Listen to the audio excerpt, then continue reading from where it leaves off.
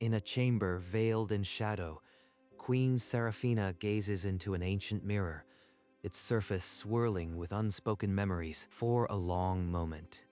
Only silence. Then, her breath stops. Number. That's impossible. Her hand flies to her chest. Her heart pounds against her ribs like a caged animal. The queen, who has never wept in front of another soul, feels a tear trace down her cheek. She falls to her knees, her gown pooling around her like spilled ink. For the first time in a decade, the cold mask of tyranny is stripped away, revealing something raw and broken. The mirror's light fades, leaving only darkness and the echo of what she witnessed. But to understand why the sight shattered her so completely, we must go back 10 years. To a day when a single cruel decree set this ruin in motion. The throne room. A decade ago, Princess Seraphina sits cold and untouchable. Upon her gilded seat, courtiers gathered in expectation. Your Highness, the border villages are starving. A small tax reduction could save thousands of lives. A commoner knight dares to lecture me on mercy? How amusing. The nobles laughed. The princess's eyes glittered with cruel amusement. For this insolence, I strip you of your title and rank. You are no knight of this kingdom. Leon said nothing. He simply met her gaze, unbroken. Guards, chain him and cast him out. Let him crawl back to the dirt he came from. Heavy chains wrapped around him, and they dragged him across the marble floor. Remember this day. The crown does not suffer fools. As the doors slammed shut, the court returned to its scheming. But the seed of Seraphina's ruin was already sown. The chains were gone, but the weight of disgrace clung to Leon as the capital's gates closed behind him. They called me a fool for speaking the truth. Maybe I am a fool. He walked for days, through forests and storms, with only his anger for company. But if I let this destroy me, then they win. I refuse to become a bitter shadow. Rumors of a forsaken border town drew him, a place where monsters roamed and the crown offered no aid. When he finally saw it, his breath caught. The town was a wound on the landscape, smoke rising from half-collapsed roofs. No one deserves to live like this. Abandoned, hounded by creatures of the dark. As he moved through the streets, hollow-eyed villagers watched from the shadows. I was cast out for suggesting mercy. Now I am standing in the place where mercy is most needed. For the first time since his humiliation, Leon felt the spark of a new purpose. He would not look away. That very night, a guttural roar shattered the silence. A massive creature stalked into the square, eyes burning with hunger. Leon did not run. A child froze in the creature's path. Leon lunged, a fallen spear his only weapon, and braced for the charge. He struck at the joints, using the beast's momentum. One precise thrust, and the monster collapsed, steaming in the moonlight. That was closer than I'd like. But this town can't afford to lose anyone else. Morning brought hesitant faces, then murmurs of thanks. An elderly woman touched his arm with trembling fingers. I'll stay, and I'll teach you how to fight back. The crown won't help, so we'll protect ourselves. And so Leon began training the townsfolk, shopkeepers and farmhands, forging them into something more. This isn't about glory. It's about giving them a chance. Weeks passed. The town started to believe, and Leon found in the weary smiles around him the first hint of a home he'd never had. He was no longer the disgraced knight. Here he was simply the man who stood between them and the darkness. And that was enough. Months bled into years. The border town, once a desperate ruin, began to stir with new life. Leon drilled his volunteer militia relentlessly. Farmers and bakers became a unit, their wooden swords striking in unison. Keep your stance low.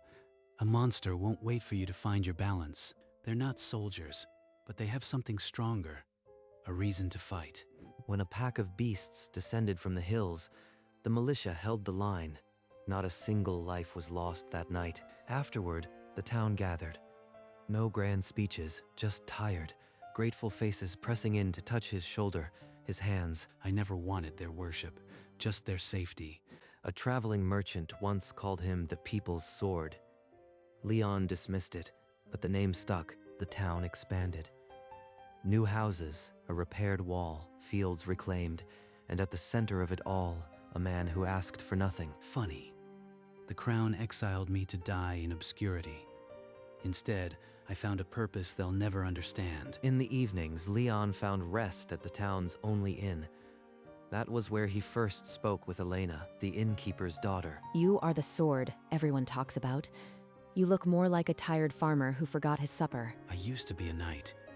Now, I am just a man trying to do some good. Their conversations stretched into weeks, then months. Something gentle took root between them, unplanned but undeniable.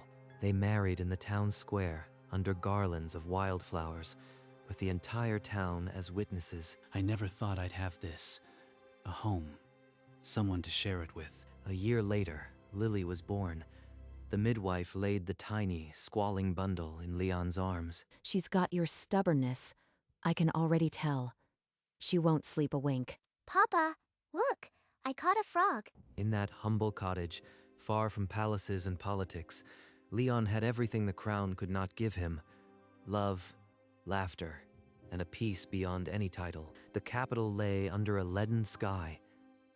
Queen Seraphina's court was a place of cold marble and colder hearts. I have heard enough. The treasury does not exist for your convenience. Withdraw. The council chamber emptied in silence, leaving only the echo of her decree and the weight of her solitude. But as she passed through the corridor, she caught fragments of a whispered conversation between two lesser barons. The people's sword? What a foolish name. And yet, it clings to the mind like a splinter. She summoned her master of whispers, a gaunt man who lived in the cracks of noble gossip. There is a rumor of a self-styled hero in the borderlands. Discover his identity and report to me. The spy master bowed, his expression unreadable. He knew better than to ask questions of the Iron Queen. I ended far greater men. This peasant is nothing but a fleeting nuisance. But that night, alone in her chambers, the thought refused to fade. The people's sword, someone she had not chosen, thriving beyond her reach. The next morning, Seraphina summoned the court archivist, a stooped man who feared her more than death. Bring me the records of all exiled knights from the past 15 years. Now. She spread the dusty parchments across her desk, tracing names of forgotten men until her fingers stopped. Leon, a commoner knight, exiled for insolence. The ink had faded, but the memory lodged in her chest like a shard of ice. That day, I'd almost erased it. His eyes, steady, unbroken. He never begged. He must have nursed his hatred all these years, building influence in the shadows. He's planning something. The people don't rally behind a nobody unless he promises them destruction. She dispatched a second spy with orders to watch the border town day and night, to report any sign of gathering weapons. I won't be caught off guard by a commoner's vengeance. I'll crush him before he can strike. But as she rolled up the parchment, her hands trembled, and she could not say why. Some part of her, buried deep, already knew the truth she would soon confront. Days later, the spy returned. His face a mask of confusion. His report felt like a slap. Speak plainly. Does he gather arms? Does he stir rebellion? The spy stammered that Leon was a simple family man, beloved by the town, with no ambition beyond the next harvest. You expect me to believe a man I humiliated found contentment? It's a facade, you fool. No one forgives that kind of disgrace. He must be hiding something. She dismissed the spy with a wave, her mind already turning to darker solutions. The scrying mirror in the vault. It can cut through any lie. I'll see the truth with my own eyes. The mirror room lay deep beneath the castle, untouched for years.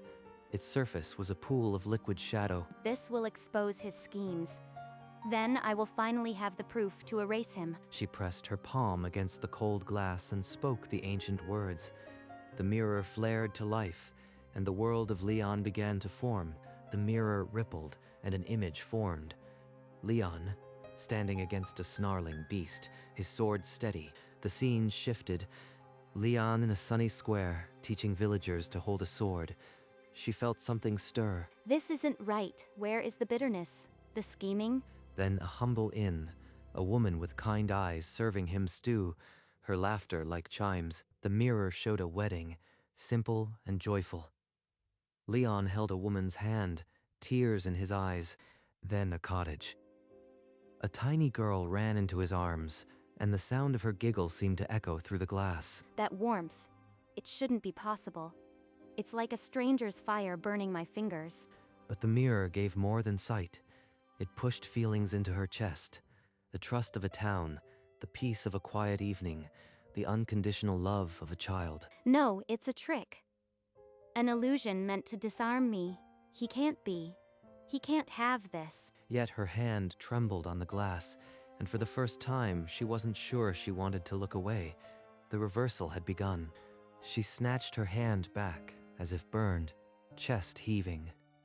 The warmth from the mirror felt like a violation. Show me his bitterness, his hidden plots. This facade will not fool me. The mirror swirled, obeying. But it showed only a quiet supper, a child learning her letters, a man laughing with his wife. Why won't it show me what I need? Every image mocks what I've built. The glass pulled back, and she saw the contrast. Her own cold throne room, empty, shrouded in dust. My castle is a tomb, while his cottage glows with life. This cannot be. Beside the glowing image of his family, she caught her own reflection, gaunt, pale, utterly alone. I am the queen. He is nothing. Why does this cut like a blade? She struck the mirror. The glass rippled but did not break, as if mocking her helplessness. Her hands curled into fists. Somewhere in her chest, denial twisted into a dark resolve. She stormed out of the mirror room and into the great hall, her voice like a whip. Summon my knights. I want a company armed and ready to ride within the hour. The captain hesitated, confusion flickering across his face. He had never seen her so unhinged. Did I stutter? An exile in the borderlands stirs trouble. Bring him to me in chains. If I can't break his happiness, I'll break him. Let him see who truly holds power. The knights exchanged uneasy glances, but dared not refuse the Iron Queen. As the troop thundered out of the castle gates, the sky darkened as if in warning. Serafina watched from the balcony, her fingers digging into the stone railing. This is justice. This is strength. I will not be haunted by a commoner's life. But even as she whispered it, the mirror's warmth still lingered on her skin. A ghost of the life she could never have. The thunder of hooves shattered the morning calm as a dozen royal knights reined up at the town's edge. Leon was helping a farmer repair a fence when a boy ran up, breathless, pointing toward the gate. The knight captain's voice carried over the dusty street, sharp and official. Leon stepped forward, his hammer still in hand, his voice calm. I've broken no law. You have no authority to drag me from my home. Behind him, the militia he had trained formed a line, their faces set like stone. Stand down. We don't want blood, but if you try to take me, you'll face this whole town. More townsfolk emerged from doorways, grim-faced, clutching tools. The knights' horses shifted nervously. The captain hesitated, then spat an order. The knights wheeled around and rode out, their pride in tatters. The crown knows about me now. This peace won't last. The messenger's words still echoed in the throne room. Serafina's face turned to stone, then shattered. They refused? A pack of peasants dared to defy me? She swept the contents of a table to the floor, her scream echoing off the marble. But beneath the rage, something cold settled. The mirror showed no army, no plot, just happiness. I need to see it with my own eyes. Find the crack in his perfect life. She called for a servant, her voice eerily calm. A plain traveling cloak and a horse, nothing more. The crown sat on its pedestal, forgotten. She was no longer queen, only a woman chasing a phantom. She rode out alone as dusk fell, a lone figure on a dark horse, swallowed by the forest road. I'll find the truth, and when I do, I'll know what to destroy. But the road ahead held no weapon for her, only the reflection of a life she had thrown away. The first village she passed through was little more than a wound on the road. Children with swollen bellies stared. This is the kingdom I built. Not a fortress, but a graveyard. Every mile brought more proof of her neglect. Crumbling temples, untended fields, and hollow-eyed elders. The mirror showed his thriving town. But everywhere I look, my people wither. She stopped at a well to drink. Her reflection in the water was almost a stranger, weary, dust-streaked, human. Who is this woman? Not the queen they fear, but someone who has never known peace. By the third day, she crested a hill and saw it. The border town surrounded by green fields and a sturdy wall. Even from here, it glows. Like the mirror wasn't lying. But I'll find the flaw. She descended into the valley, pulling her hood low, merging with the market crowds. Soon, I'll see the truth behind his smile. Then I'll know what to take from him. She found him in a sunlit training yard, crouched before a small girl holding a wooden sword. Like this, Papa? Am I a knight now? Not yet, little warrior.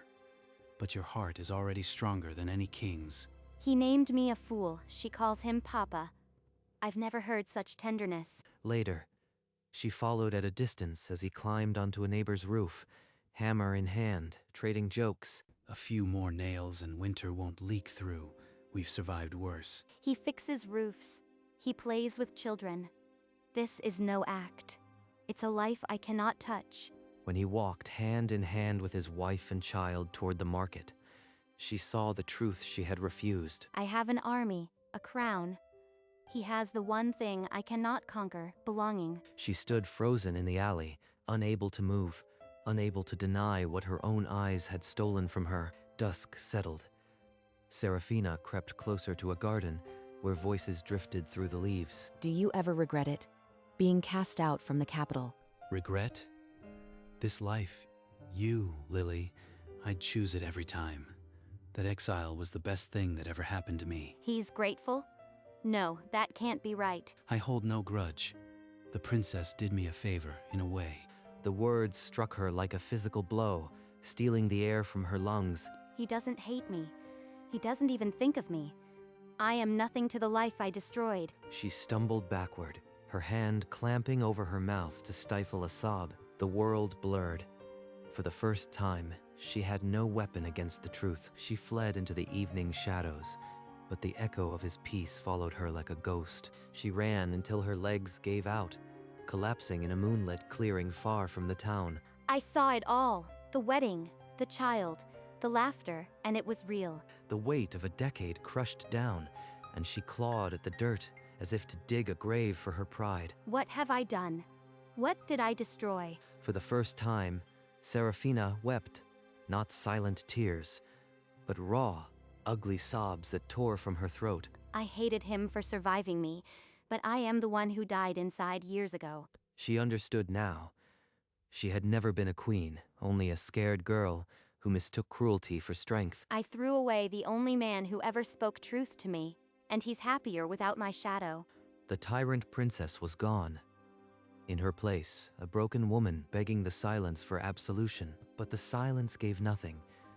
She was alone with the cost of her choices, a debt that no crown could pay. The pale morning light crept over the clearing.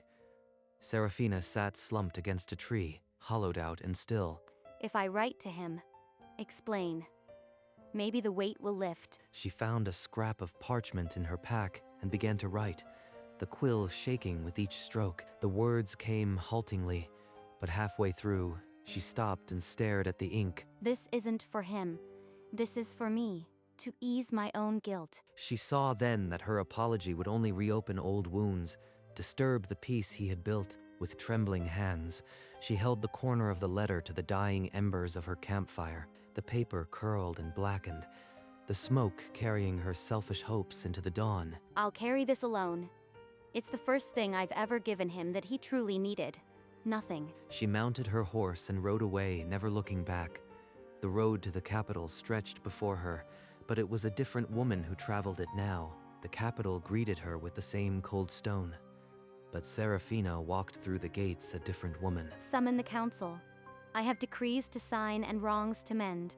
She announced tax relief for the border regions, established food reserves, and stripped herself of the power to imprison without trial. The nobles whispered resistance, but she silenced them with a single raised hand. I cannot undo what I did to him, but I can ensure no one else suffers the same fate. Miles away, Leon chased Lily through a field of wildflowers, their laughter rising like a prayer.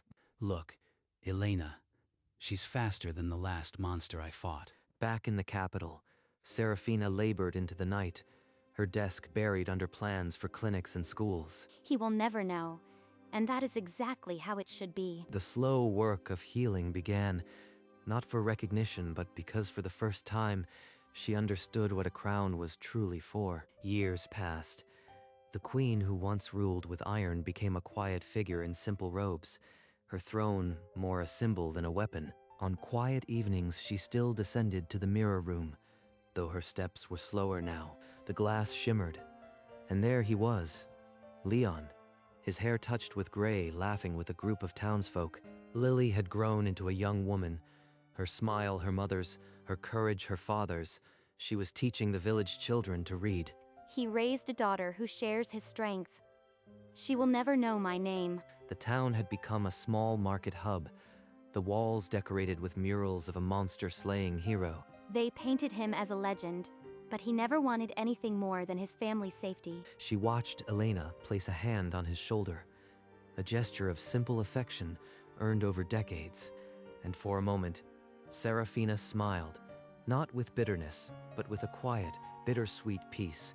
She had let him go, and he had thrived. She touched the cold glass once, then turned away, leaving the mirror to dim on its own. The warmth, however, stayed with her. The mirror stood silently in its chamber, its surface dark and still, as if it had never held visions at all. Serafina did not return. She no longer needed to see. The image of his happiness had become a permanent light within her.